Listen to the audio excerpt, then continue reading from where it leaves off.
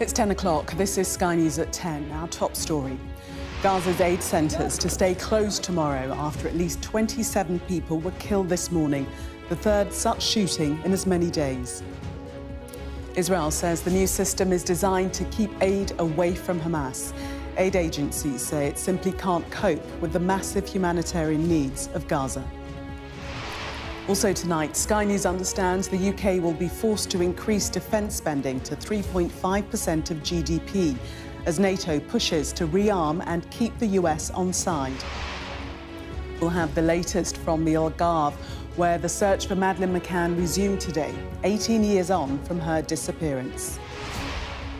We'll crunch the numbers as the government points to good weather to explain the rise in small boat crossings. 3 British nationals appear in court in Bali, facing the death penalty over alleged drug smuggling. And we'll take a first look at tomorrow's front pages in our press preview from 10:30 right through to midnight.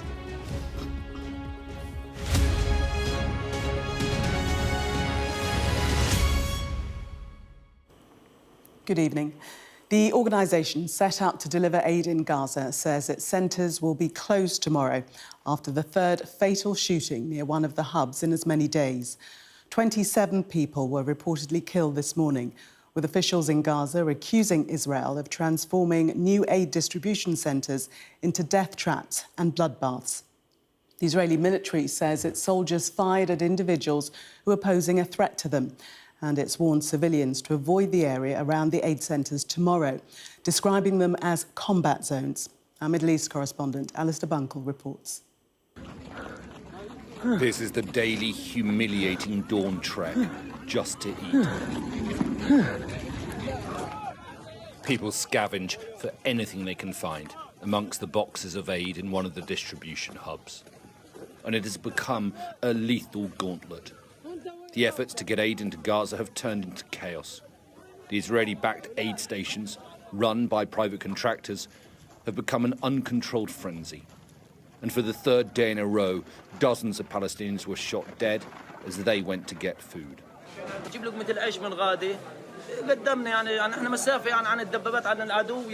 We were out bringing bread about 1.5 kilometers away from the Israeli tanks. We were surprised that shots and shelling were being fired at us. Everyone fell on the ground and people were stepping on dead bodies. It's not normal. The enemy is not normal. I was on the way at 3:30 in the morning. There was a shooting and I laid down. I don't know how the bullet hit my head. This is what happened to me. I don't know. The IDF has admitted opening fire after some suspects had moved towards them. They say they had deviated from a designated route. The Israeli army, they issued warning shots in the air, and still some of these suspects continued to advance towards the troops in a threatening manner. Many of the patients were taken to Nasser Hospital in Khan Yunis. This man had been shot in the neck. There was no space for him in the emergency department. All the beds were already full.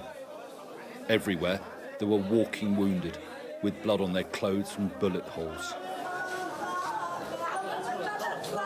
Israel says that the Gaza Humanitarian Foundation is working. International aid organisations all say it isn't. Many children are sharing with us now that they wish to be dead, that they don't want to be here anymore. They want to be with their mothers or fathers who've died. They want to go to paradise or heaven where there is food and water. And this is absolutely desperate for this generation of children who see no hope, they see no future. The United Nations has said the attacks on civilians going to get aid could be a war crime. The Israeli government says the aid hubs are working well, and the IDF has said it's expanding the military operation to control the whole of Gaza. We are doing everything we can in order to allow for this food to be distributed in an organised fashion and to make sure that the aid does not reach the hands of Hamas. The 2 aid hubs that are open are in the very south of Gaza. The walk to get there is many kilometres in the hours before sunrise. And it is first come, first served. The survival of the fittest in a place where almost everybody is already starving. Alistair Bunkle, Sky News in Jerusalem. And tonight, the Gaza Humanitarian Foundation announced that its aid hubs won't be operating tomorrow. They posted this on Facebook. Tomorrow, June the 4th, the distribution centres will be closed for renovations, organisation and efficiency improvements. Due to the ongoing upgrades, entry into the distribution centre areas is strictly prohibited. Please avoid the site and adhere to the general instructions. Operations will resume on Thursday. Please continue to monitor for updates and adhere to the guidelines. Well, the aid distribution hubs only began operating a week ago. Since then, dozens of people have been killed near the sites. Israel says the plan is designed to keep aid away from Israel. Aid agencies say the plan is unravelling. Here's our international affairs editor, Dominic Waghorn. Under the rules of war, as military occupiers, Israelis must guarantee the provision of food and aid to the people of Gaza. For most of this war, it's allowed the UN to do that on and off, but it's accused the UN of being significantly compromised by Hamas without providing much evidence. It is now outsourcing the job to a private American company, the Gaza Humanitarian Foundation. It's been mired in controversy since its launch, its head resigning, saying it would not be able to do its job humanely or independently. Now, this map shows where the new company's aid distribution centres are, these orange squares, and in red where most Gazans are now living, most of them in tented camps. There are only 4 aid points compared to hundreds when the UN was in charge, and as you can see, they are not near where people live. Getting aid now requires walking a minimum of 1.5 miles through a war zone. The new system began chaotically a week ago. Crowds overran the aid points, people desperate to reach the food. And by Sunday, things appeared to turn violent, with dozens of casualties reported. The new American aid operators said there were no incidents inside their sites. The Israeli military said it only fired warning shots around 1 kilometre away, but 31 people were reported killed.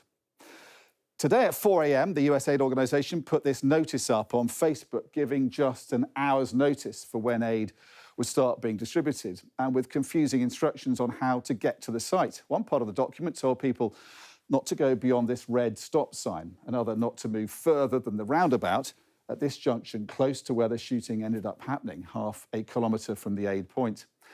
The Israelis said the Palestinians they shot at posed a threat, but have provided no evidence that they were armed.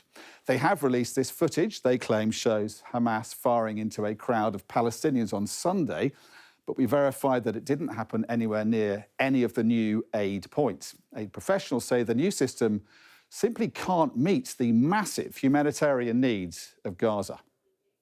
This is not an appropriate, fit way to distribute aid equitably in a dignified way to people who are facing the most desperate humanitarian conditions. This is an organization with no track record of working in situations like this. And the other bit as well is, again, everything is being reduced. The number of trucks that's coming in, number of boxes of food that are being distributed. People can't live on boxes of food and bags of flour alone. They need all the services that go along this. The Israelis are accused of using aid as a weapon of war during an 11-week blockade that brought Gaza to the brink of famine. Critics say the new system is more about forcing Palestinians into a corner of southern Gaza than distributing aid. And they say if the UN is not allowed back in to resume aid operations, there will be more mass casualty incidents like this.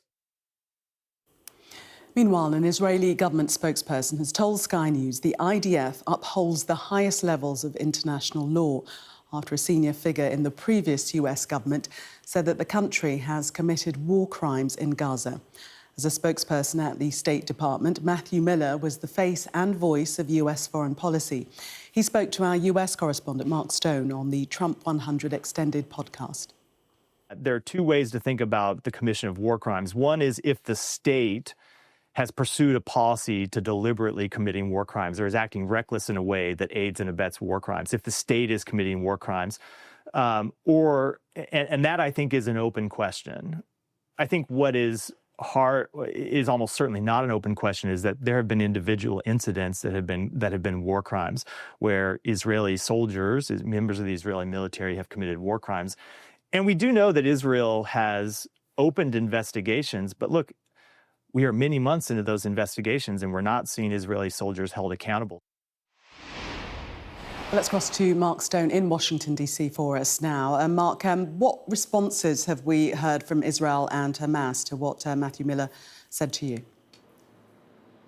Yeah, we put what Matthew Miller said, we put that to the Israeli government. We'll play that for you in a moment. But the Hamas response, in fact, was unsolicited. They had clearly seen what he said and released a statement in which they said Hamas views the statements by the former US State Department spokesman Matthew Miller, in which he confirmed that Israel, quote, without doubt committed war crimes in Gaza, as a significant admission that condemns the occupation and exposes its crimes. They went on to say Miller clearly revealed that he was not allowed to speak the truth while in office and was forced to adhere to US government official narrative regarding the occupation's practices. And it concludes, this exposes the deep political complicity of the US administrations with the occupation and their criminal cover-up of its brutal violations. Now, the clip that you played there from Matthew Miller was one part of a wider conversation, and it was in a different part where he said it was without doubt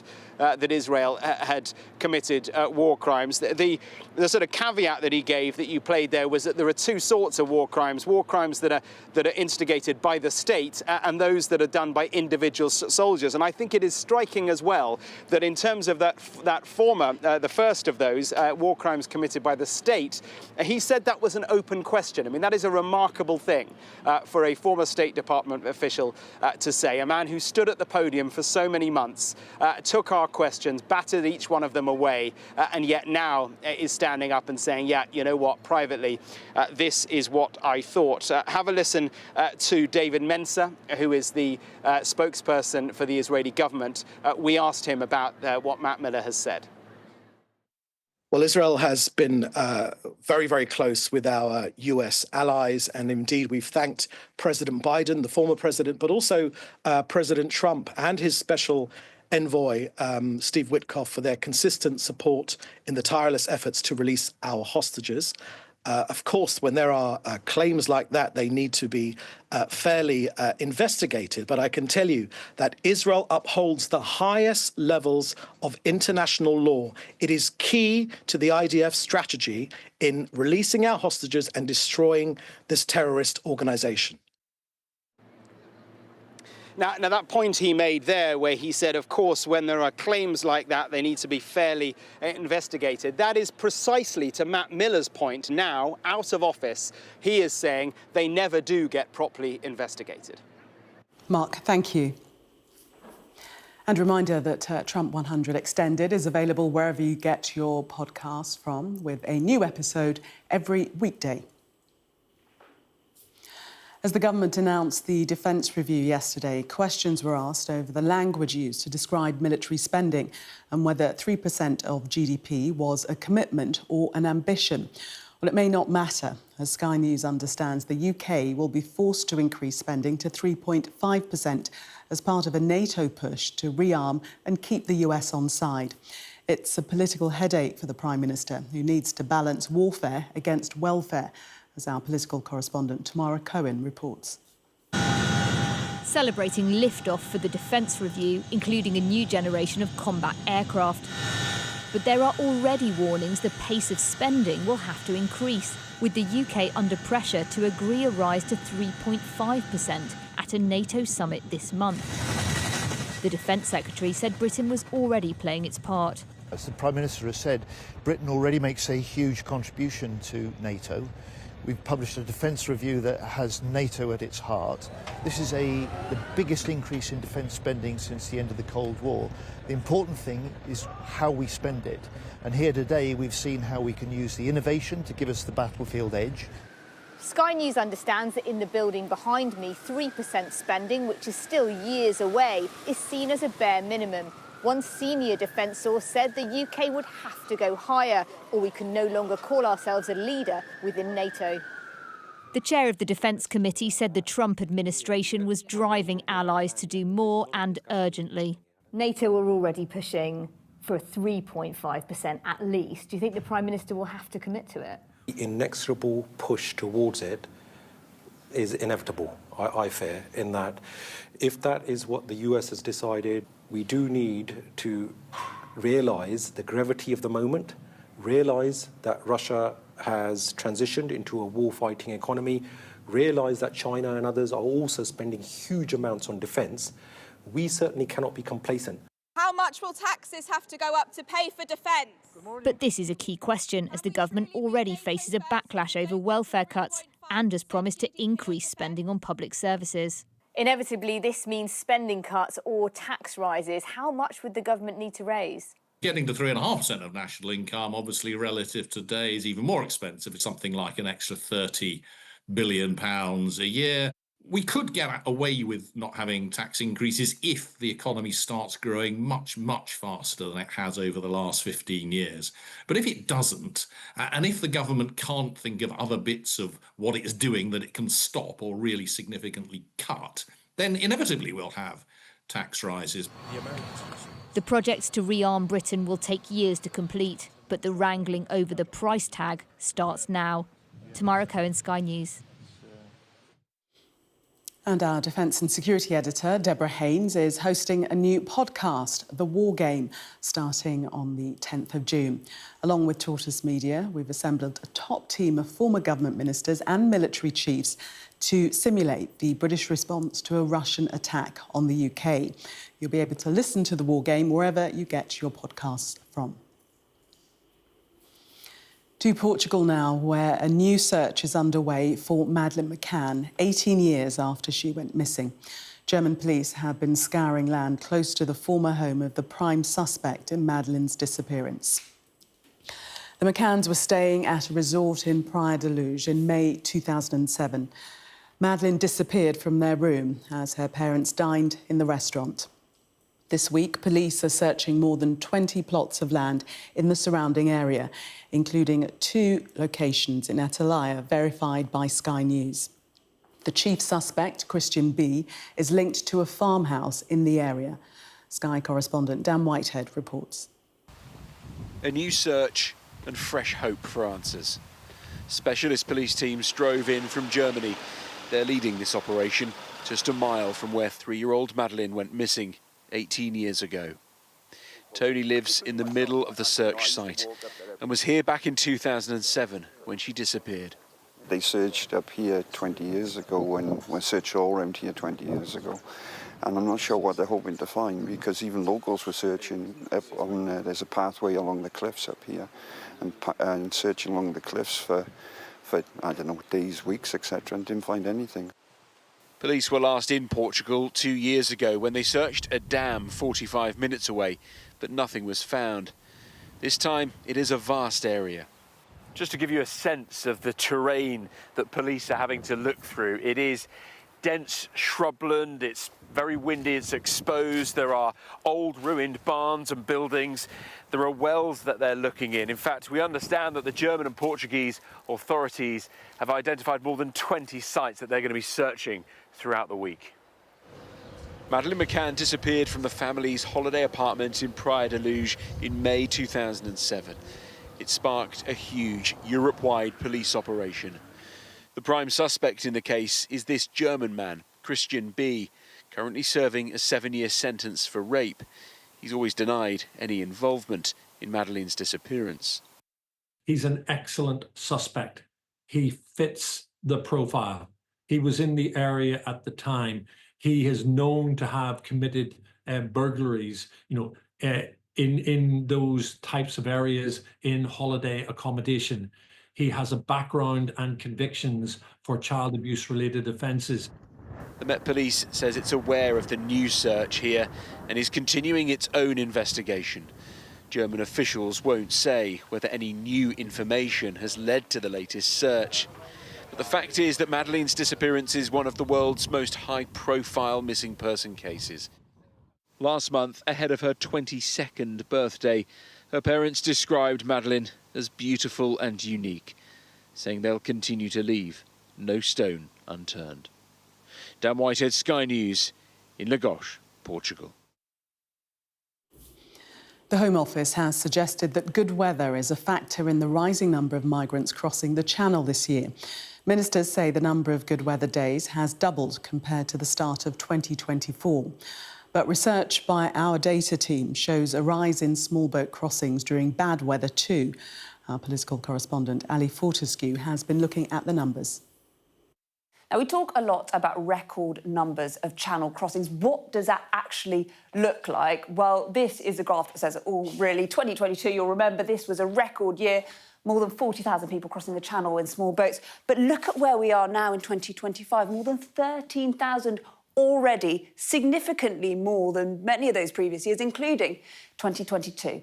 Why is that happening? Well, for the first time this year, the Home Office have released this data. These are red days, days where effectively the weather conditions mean Channel crossings are more likely. 60 red days in the first 4 months of 2025. And you can see the comparison. It is significantly more than those previous years. We've done our own analysis, though, to have a look at that Home Office data, and it does, to an extent, echo what they're saying. If you look at the green, this is our version. We'd use a different methodology for those sort of good weather days, and you can see double the number this year. This is January to May compared to last year. But what's really interesting is this. So here we go. This blue line here, these are low viability, effectively sort of bad weather days where crossings are less likely. And you can see the numbers are going up. More people are crossing the Channel on bad weather days as well. 30% more this year than last year and double what it was in 2023. We've been talking to a man called Peter Walsh from the Migration Observatory about why that is happening. They've become more professionalised, better resourced, they've always been highly adaptable, and the big challenges are the senior figures operate in jurisdictions far beyond our control. The lower level individuals, they can be quickly replaced, which is why it's been described as being like whack-a-mole. So these are real operational challenges that the government faces. So smuggler tactics are changing, and this graph shows that too. These are the number of people per boat on average. 2025, 55.8 people per boat, so a really high number, particularly, I mean, look at 2018 compared to 7 in 2018 and 33 there in 2022, that record year. So we are seeing more people crowding onto boats. There is more at play here than just the weather when it comes to why we are seeing record numbers of people this year so far crossing the Channel in small boats. 3 British nationals are facing the death penalty in Indonesia after being accused of smuggling nearly 1 kilogram of cocaine onto the island of Bali. Jonathan Collier and Lisa Stocker were arrested in February, allegedly carrying almost 1 kilo of cocaine hidden in packets of Angel Delight in their luggage. Phineas Float was arrested 2 days later for allegedly receiving drugs during a police sting involving the 2 other suspects. Donald Trump has officially increased steel and aluminium tariffs from 25% to 50% to come into effect tonight. The president announced the plan last week. The UK won't face the increased levy thanks to the deal signed earlier this month, but there's no exemption for the EU. A man has been arrested on suspicion of breaking into the grounds of Windsor Castle. Police say the man, who's in his 30s, entered a restricted area at lunchtime on Sunday. He's been bailed on suspicion of trespass and possession of Class A drugs. Sky News understands no members of the royal family were at the castle at the time. Sky News has learned that one of Britain's top corporate troubleshooters is being lined up to spearhead a multi-billion-pound rescue of Thames Water after the company's preferred bidder walked away. The deal's collapse raises the possibility that the UK's biggest water company, with 15 million customers, will collapse into a government-supervised administration. Our business correspondent Paul Kelso reports.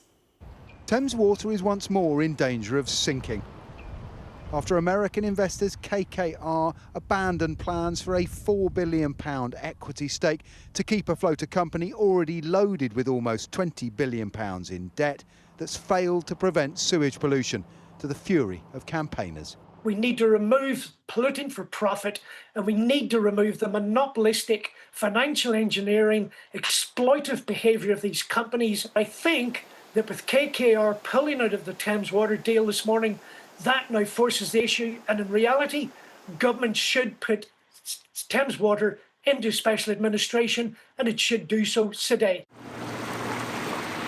Thames's latest crisis coincides with a plan to clean up the financial and environmental mess of our privatised water system.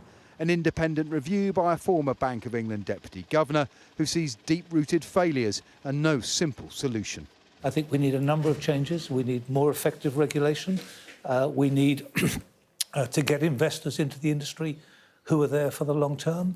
We need to devolve some of these really complicated, expensive planning processes down to local government and local communities who live by the water. And finally, the government does need to give a much stronger steer about what its priorities are. The challenge for any plan is that UK water companies are no longer seen as a safe long-term bet for investors. Amid political and public pressure, they're demanding higher returns, and that means higher bills. Investability is really important. We need something like £13 billion from shareholders over the next couple of years to support an unprecedented level of investment in the infrastructure, over £100 billion. The shareholders need to put that money in to finance the many projects that are now coming forward.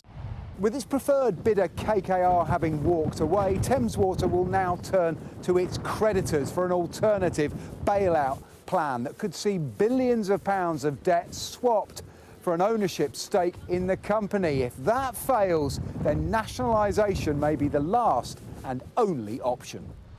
Thames Water hope a deal can be done later this summer. If not, the company and the promise of privatisation could be sunk. Paul Kelso, Sky News. To Sierra Leone now, where decades of conservation efforts to protect the western chimpanzee are being undermined by illegal encroachment on one of Africa's most famous sanctuaries. Tacugama has had to shut its doors to visitors indefinitely as its staff workers do all they can to protect the 120 chimps who call the sanctuary home. Sky's Africa correspondent Yusra El Bagir reports from Freetown. This lush rainforest isn't just scenery. It's a sacred home to our closest primate, the critically endangered western chimpanzee. Illegal encroachment is eating away at the borders of this safe haven on the edges of Sierra Leone's capital. That encroachment is fast approaching, and chimps always had this as a buffer. Their territory is diminishing, making them see us as intruders. Yeah, so we need to start going this way. Oh, right. Yeah, come this way. Yeah. Let's get going, yeah. You can see how they are reacting. Imagine on that side when we don't even know who is coming there now. That's where the danger will come. Tacugama Chimpanzee Sanctuary is Sierra Leone's most popular tourist attraction. Now closed to visitors as illegal construction undermines 3 decades of conservation efforts. But they continue to care for over 120 rescued chimps of all ages. Esta.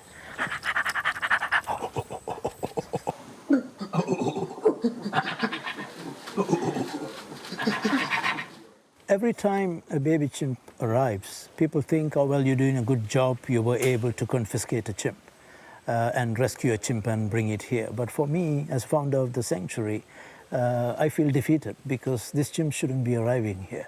If we have done enough work outside, there shouldn't be any killing. There shouldn't be rescues. That's the time I can say we have achieved something. Just behind Esther is Tacugama's latest rescue, Asana. He's vulnerable and frail, slowly being nursed back to health by his chimp mum, Mama P. An informant sent this footage to Tacugama of baby Asana being tormented as an illegal pet. They tracked him down and brought him to the safety of the sanctuary, where he can grow to become strong like his new older siblings. It's great to see that he's so playful, because by the time they get here, they've been rescued from really traumatic experiences at the hands of people in the country. So to see them in this state where they're healthy and playing around is extraordinary. Even without visitors, the sanctuary is rich and alive. But the severity of this moment for the chimps and the country cannot go ignored. Now we're closed indefinitely. But what if this becomes something wherein we can never open the sanctuary again to people to visit?